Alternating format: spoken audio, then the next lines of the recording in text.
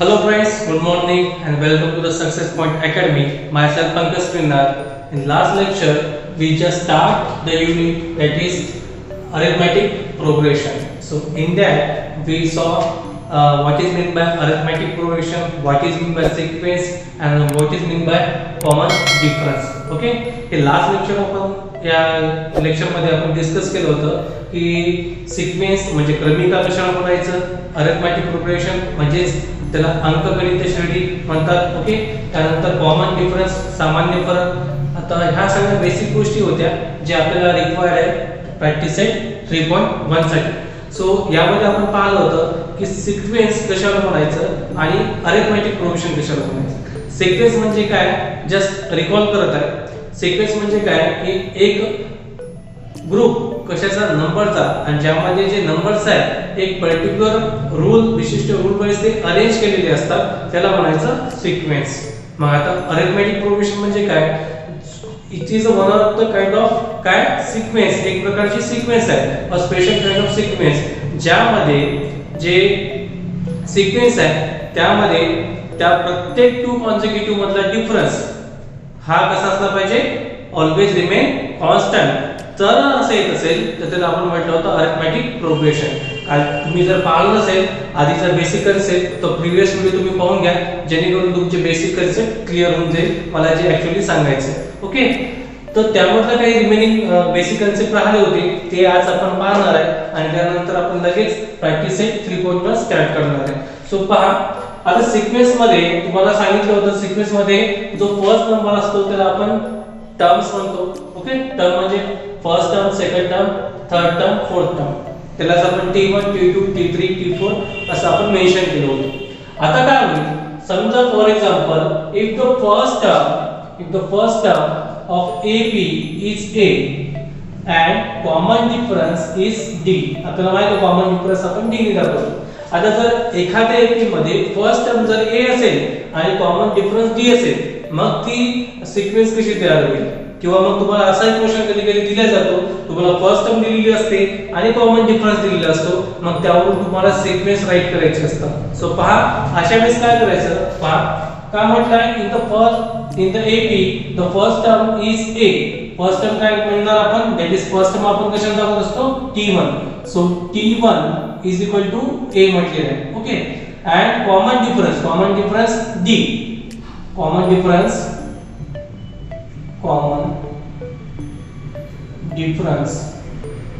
Difference किती आहे, D. म्हणजे फर्स्ट टर्म A दिलेली आहे आणि कॉमन डिफरन्स D दिलेला आहे, तर त्यावेळेस ती सिक्वेन्स कशी फॉर्म होणार, अशा टाइपचा क्वेश्चन सुद्धा विचारला जातो. सो पहा, आपण काय लिहित असतो, T1 is equal to A. So T2 is equal to काय येणार, T2 is equal to T1 plus D. Okay, T1 plus D हे तुम्हाला लक्षात ठेवायचं आहे. T2 इज इक्वल टू काय, T1 प्लस D. ओके, मग आता पहा T2 that is T2 is equal to T1 काय व्हॅल्यू पुट करा A प्लस D. म्हणजे हे झालं तुमचं दॅट इज काय केलं आपण, T1 ला कसं राईट केलं, T1 ला राईट केलं आपण T1 प्लस D आणि T1 म्हणजे काय A. So A plus D हे झालं तुमचं सेकंड. ओके, देन T3 कसा काढता येईल, so T3 is equal to काय ना, यस T2 प्लस D. आधीचा प्रीवियस ऍड करायचा त्यामध्ये K ऍड करत जायचं. ओके, जसं आता आधीची प्रीवियस काय होती टर्म T2, मग T2 प्लस D. जसं इथे पहा T2 कसा काढला आपण, T1 प्लस D काढला. T3 कसा काढणार, T2 प्लस D. सो याला दॅट इज काय होणार, T3 इज इक्वल टू काय होणार, T2 काय आपलं हे आहे व्हॅल्यू A प्लस D आणि हा प्लस D म्हणजे काय येणार A plus 2D, D plus D 2D.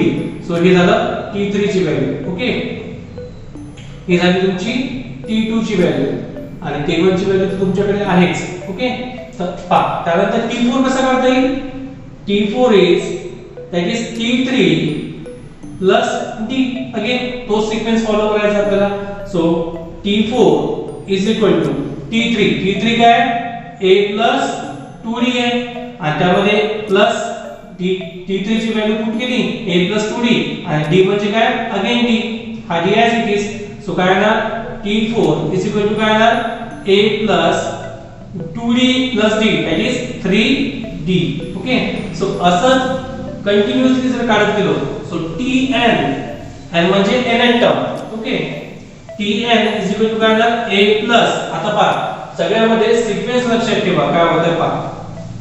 जेव्हा इथे T2 आहे तिथे 1 D प्रेझेंट आहे, T3 आहे तिथे 2 D प्रेझेंट आहे, T4 आहे तिथे 3 D प्रेझेंट आहे. म्हणजे काय जेवढा काही इथे नंबर आहे त्याच्यापेक्षा 1 D कसा इथे लेसर आहे. ओके.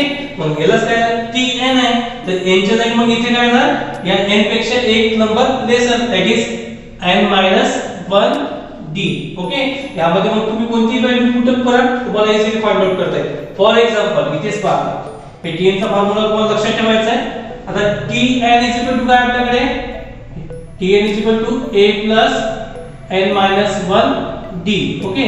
आता जर आपल्याला डायरेक्टली एखादी टर्म विचारली समजा एखादा सिक्वेन्स दिलेला असेल जसं पाहिजे T1 T2 T1 T2 T3 T4 तर चार टर्म दिली आहे आणि तुम्हाला डायरेक्टली आता याच्या पुढे सिक्वेन्स कोणता आहे माहित नाही आणि तुम्हाला जर डायरेक्टली विचारलं की याच्यामध्ये फिफ्थ किंवा सेवन्थ काढा T7 काढा. मग आता पहा T7 इथे कसं काढता येईल या एक्झाम्पल साठी पहा इथे. ओके. आता पहा फर्स्ट टर्म काय इथे फर्स्ट टर्म म्हणजे काय a इज इक्वल टू किती आहे T1 ला काय म्हटलं आपण first term T1 is equal to a. So T1 किती आहे इथे that is 2. So a is equal to काय येणार आपल्याला 2. ओके. त्यानंतर काय माहित पाहिजे अजून d माहित पाहिजे. आता d किती आहे या दोघांमधला डिफरन्स कॉन्सिक्युटिव्ह टर्म्स मधला डिफरन्स पहा T2 T1 करा 4 2 दॅट इज काय येणार 2. म्हणजे डिफरन्स कितीचा आहे 2 चा. लक्षात कितीचा आहे कारण की इथे प्रत्येक कॉन्सिक्युटिव्ह टर्म्स मध्ये डिफरन्स कितीचा आहे 2 चा. मग आता जर म्हटलं मी डायरेक्ट की T7 काढा आता पहा इथे 1 2 3 4 पर्यंत दिले आहे त्याच्या पुढे सिक्वेन्स दिली आहे का नाही पण ही सिक्वेन्स कशी आहे कंटिन्यू. मग आता याच्यामध्ये T7 म्हणजे हे पद सातवं पद जर डायरेक्ट काढायचं असेल तेव्हा हा फॉर्म्युला येतो लक्षात. मग पहा T7 सो फॉर्म्युला इथे याच्या जागी काय पुट अप करणार पुट n इक्वल टू 7. मग काय येणार पहा T7 इज इक्वल टू हा a प्लस n 1 म्हणजे 7 1 यांच्या जागी आपण 7 पुट केलं आणि d म्हणजे काय तुमचा difference that is 2. So T7 is equal to a म्हणजे काय आपलं व्हॅल्यू पुट अप करा a means 2 2 plus 7 1 that is 6 आणि हा किती येणार 2. सो 2 प्लस 6 2 जा 12. सो किती येणार 12 प्लस 2 दॅट इज 14. ऑब्वियसली दोनच्या टेबल मध्ये 2 2 ने जर वाढत गेलं तर सातवं पद काय होणार 7 2 जा 14. ओके. सो अशा पद्धतीने तुम्ही डायरेक्टली जर तुम्हाला काय माहित असेल जर फर्स्ट टर्म माहित असेल आणि कॉमन डिफरन्स माहित असेल तर तुम्ही डायरेक्टली त्या सिक्वेन्स मध्ये कोणताही पद डायरेक्टली काढू शकता. त्यासाठीच हा फॉर्म्युला आहे. मग हे जो बेसिक रूल आहे हा कशासाठी आहे when we know that the first term and common difference then we easily find out the nth term. मग ती कोणती असू द्या मग याच्यामध्ये जी काही टर्म काढायची असेल n is equal to number ठेवायचा फक्त माहित पाहिजे तुम्हाला a ची व्हॅल्यू आणि d ची व्हॅल्यू. जसे एक्झाम्पल घेतलं हा एक्झाम्पल घेतला आपण आणि हे एक्झाम्पल फर्स्ट क्वेश्चन म्हणून घेतले इथे हे ऍज फक्त समजण्यासाठी सांगितलं तुम्हाला. ओके. आय होप सो तुम्हाला हे समजलं असेल. मग सिक्वेन्स कशी होणार याची a प्लस d म्हणजे हे झालं T1 हे झालं T2 हे झालं T3 हा झाला T4. मग सिक्वेन्स कशी येणार a plus d a plus 2d a plus comma करत a plus 3d and so on. So अशा पद्धतीने तुम्ही कोणतेही क्वेश्चन सॉल्व्ह करू शकता. आय होप से तुम्हाला समजलं असेल. Then come to the next question that is we start the practicing 3.1. So basic part पर्यंत होता हे समजलं असेल तुम्हाला. पहा क्वेश्चन काय दिलाय which of the following sequences are AP म्हणजे खालील जे काही सिक्वेन्स दिले आहेत या सिक्वेन्स कोणते AP होणार. आता AP म्हणजे त्यामधला कॉमन डिफरन्स कसा असला पाहिजे कॉन्स्टंट तरच ती AP होणार. आणि इफ दे आर AP जर ते AP असेल arithmetic progression then find the common difference आणि मग त्यामधला कॉमन डिफरन्स आपल्याला फाइंड आउट करायचा आहे. So one by one question घेऊया. So before going to start this question, take the screenshot.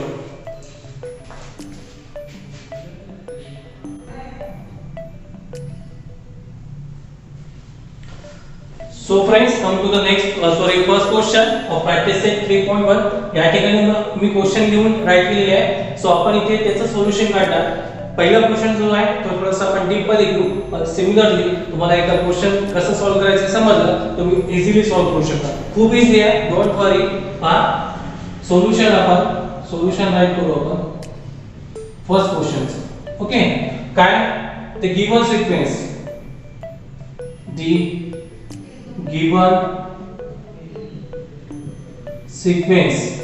Is काय दिलेली आहे सिक्वेन्स तुम्हाला 2 4 6 8 and so on. ही तुम्हाला फर्स्ट सिक्वेन्स दिलेली आहे. पहिले याचं सोल्युशन काढत आहे. मग आता इथे काय करू आपण, हियर याला कंपेअर करू. हियर कंपेअर नाही करणार आपण, हियर. आता पहा ही सिक्वेन्स आहे, हिच्यामध्ये काय असतात टर्म्स. मग ही फर्स्ट टर्म आहे, तिला काय म्हटलं आपण t1. So t1 is equal to किती येणार 2. t2 बेसला लिहायचं कधी पण. t2 किती येणार 4. t3 किती येणार 6 and t4 किती येणार 8. ओके. आपण t1 2 लिहिलं, t2 4, t3 आणि t4. ओके, हे लिहून घेतलं. मग आता फर्स्ट ऑफ ऑल आता कधी पण आपल्याला एखादी सिक्वेन्स ही एपी दाखवायची असेल तर त्यासाठी काय पाहिजे की त्यामध्ये आपण दोन कॉन्सिक्युटिव्ह मध्ये डिफरन्स काढणार. त्यालाच आपण कॉमन डिफरन्स म्हणतो. आणि तो जर कॉमन डिफरन्स जर कॉन्स्टंट येत असेल, ओके, एक दोन टर्म्स काढायचे आपण त्याच्यामध्ये, आणि तो जर डिफरन्स कॉमन येत असेल तर मग त्या दिलेल्या सिक्वेन्सला आपण एपी आहे असं म्हणू शकतो. मग आपण काय करणार, नाव कॉमन डिफरन्स. कॉमन डिफरन्स कशात दाखवतो आपण, यस डी नी. ओके. मग पहिला डिफरन्स करू आपण t2 मायनस t1. ओके, हा फर्स्ट करू त्याच्यामध्ये. मग आता पहा t2 जस्ट व्हॅल्यू पुट करायची आहे. t2 किती आहे 4 मायनस t1 किती आहे 2. 4 मायनस 1 दॅट इज 2.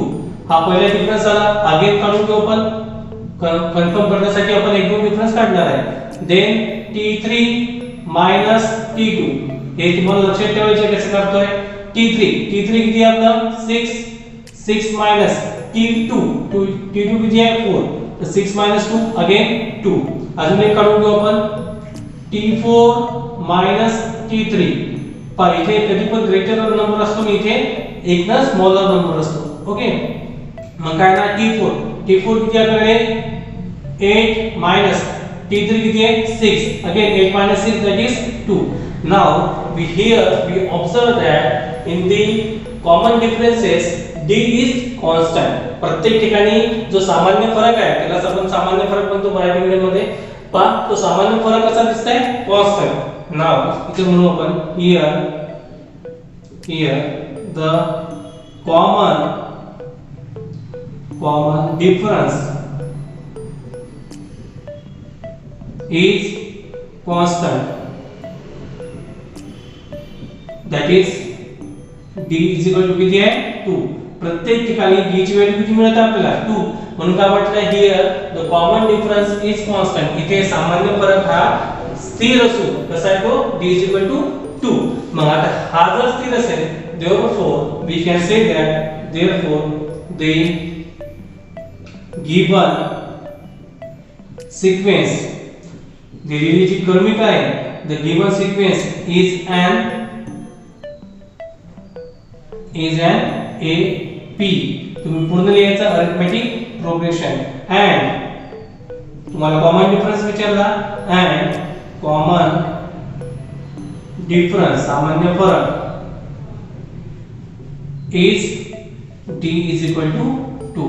बस थोडं इझी आहे. आता या सिक्वेन्सला आपण एपी का म्हटलं पहा.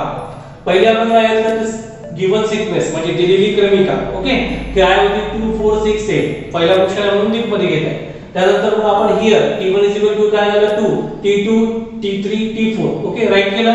त्यानंतर आपण फर्स्ट प्रोफॉर्म काय काढायचं कॉमन डिफरन्स काढायचा. म्हणजेच काय म्हणतात त्याला आपण d. मग काय करायचं दोन तीन डिफरन्स काढावं लागतं कन्फर्मेशन साठी. t2 t1 काही ठिकाणी काय होते की एक दोन याच्यामध्ये कॉमन डिफरन्स सेम येतो आणि नंतर त्याच्यामध्ये कॉमन डिफरन्स चेंज होतो. मग त्या कन्फर्मेशन साठी आपण हे दोन तीन डिफरन्सेस आपण काढून घ्यायचे. पण T2 T1 केलं तर प्रत्येक ठिकाणी असं ऑब्झर्व केलं here the common difference is constant. कसा आहे तो? कॉन्स्टंट आहे. आणि कॉन्स्टंट असून तो कसा आहे? d 2. मग आता प्रत्येक सिक्वेन्स मध्ये दोन कॉन्सिक्युटिव्ह मधला डिफरन्स हा जर कॉन्स्टंट येत असेल तर ती जे गिवन सिक्वेन्स आहे ही कशी असणार? AP होणार. आणि कॉमन डिफरन्स तुम्हाला विचारला आहे that is d 2. इथे हा आपला पहिला क्वेश्चन झाला. ओके, आय थिंक तुम्हाला समजलं असेल. Then come to the second question. पहा सेकंड क्वेश्चन इथे घेऊ आपण सोल्युशन. ओके, थोडा स्पेस कमी आहे, ऍडजस्ट करा, कारण की क्वेश्चन पहिलेच आपण राईट करून घेतले त्याच्यामुळे स्पेस थोडासा कमी भेटलाय. ओके, सो पहा आता काय करणार इथे again the given sequence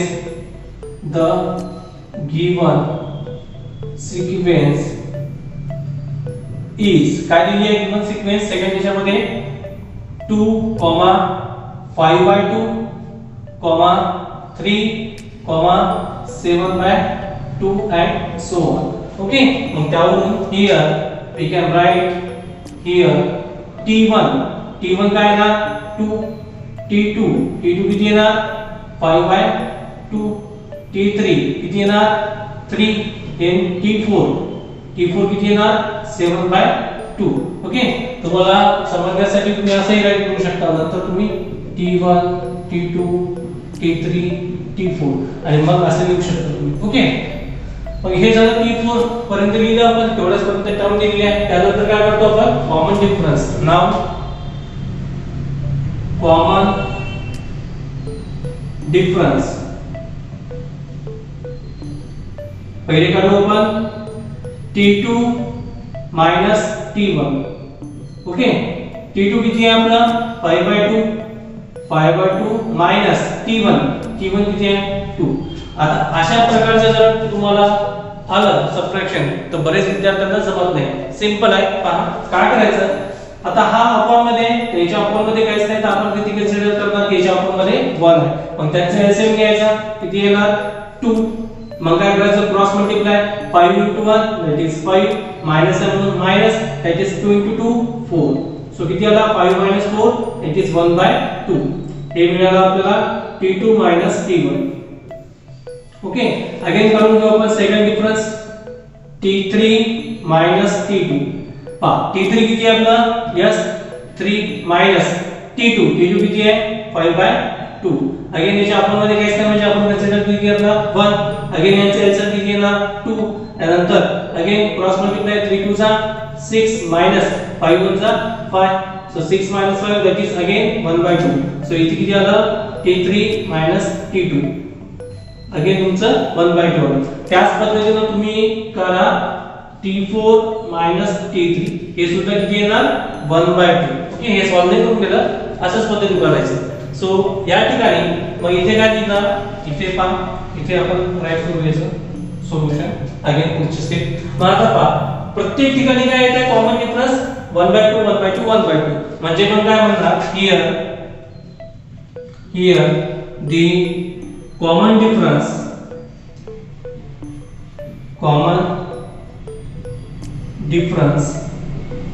is constant. That is d is equal to 1/2. Okay, प्रत्येक ठिकाणी कॉमन डिफरन्स किती येत आहे 1/2. Okay, therefore we can say that the given sequence me short form लिहितो the given sequence is an AP. Okay, and common difference. Okay, me short मध्ये लिहितोय common difference that is d is equal to 1/2. मला हे विचारलं होतं की whether that given sequence is an AP and if that AP then find the common difference. So तुम्हाला या दोन क्वेश्चन वरून आयडिया आली असेल की कशा पद्धतीचे हे प्रॉब्लेम सॉल्व करायचे. Then come to the next. So now friends come to the next question. हा क्वेश्चन इजी आहे तो ॲज अ होमवर्क घ्या. हा क्वेश्चन नंबर 3. क्वेश्चन नंबर 4 मी घेतो. त्यानंतर हा पण इजी आहे, हा होमवर्क साठी ट्राय करा. इजी क्वेश्चन आहे. त्यानंतर वाटलंच तर हा मी घेणार. नंतर हा क्वेश्चन इजी आहे सोपा. आता क्वेश्चन नंबर 4 पाहू आपण. ओके, सो आता मी पूर्ण स्ट्रक्चर तर प्रत्येक याच्यामध्ये ह्याच लाईन कंटिन्यू येणार आहे. सो त्याच्यामुळे मी ते फक्त लाईन स्ट्रक्चर सेम ठेवलं, फक्त आपण प्रॉब्लेम फिलअप करणार. ओके, पहा क्वेश्चन नंबर 4 काय, द गिवन सिक्वेन्स काय दिली आहे, given sequence that is 0.3 then 0.33 then 0.333 and so on. Okay, मग आता here हे झालं तुमचं T1. so T1 is equal to काय येणार 0.3. ओके, T2 काय येणार, T2 is equal to 0.33 and T3 काय येणार 0.333. ओके, बघा आता common difference first of all आपण काढत असतो.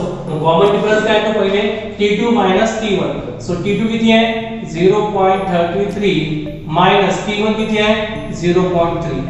आता पॉइंट मध्ये सबट्रॅक्शन आहे त्यामुळे मी इकडे रेफर करतो. पहा 0.33 मायनस 0 डेसिमलच्या खाली डेसिमल द्यायचं आणि किती आहे 3. सो काय येणार, हा 3 as it is 3 minus 3 that is 0, हा डेसिमल आणि हा पॉइंट. सो किती आलं 0.03. ओके, ते काढणार आपण T3 T2. T3 किती आहे 0.333 मायनस T2 किती आहे 0.33. सो इथे आपण अगेन रेफर करणार 0. किती सबट्रॅक्ट करायचं आहे 0.333 मायनस 0.33. डेसिमलच्या आपण मध्ये डेसिमल आला पाहिजे खाली. ओके, त्यानंतर ते नंबर हा किती राहणार 3 3 0 3 3 0.0. अगेन काय आलं इथे डिफरन्स आपला 0.003. ओके, अगेन T4 तो दिलेला नाही, तर ह्या काढण्याची आवश्यकता नाही.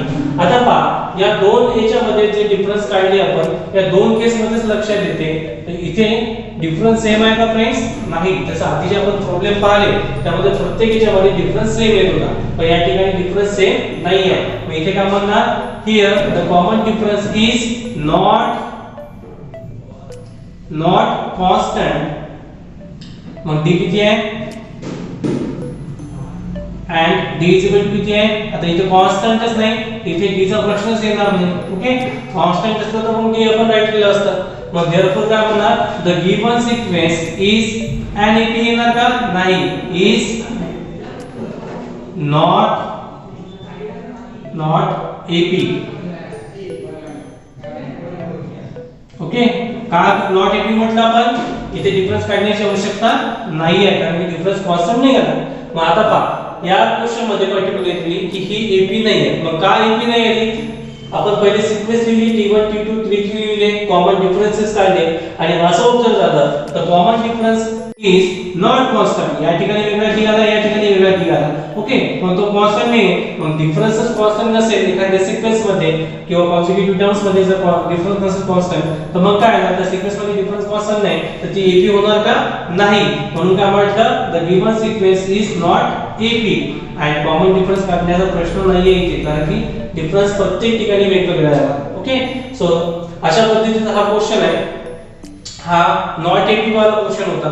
सो अशाच पद्धतीचे जे रिमेनिंग प्रॉब्लेम्स आहेत तुम्हाला इथे दिसत आहेत, तर यामधले मॅक्सिमम प्रॉब्लेम तुम्ही काय करा. ओके, हा होमवर्क घ्या, इझी प्रॉब्लेम असतात. सो हे ॲज अ होमवर्क घ्या 1 2 3 4. तर हे 4th क्वेश्चन तुम्हाला होमवर्क आहे. एखादा नाही समजला तुम्हाला नाही जमला तर हे करून पहा प्रत्येक क्वेश्चन. नाही समजला तर मला नेक्स्ट लेक्चर मध्ये आपण डिस्कस करून घेऊ आपण. Okay, till then thank you so much. आज तुम्हाला जे काही आपण प्रॉब्लेम पाहिले हे समजले असेल. So take care.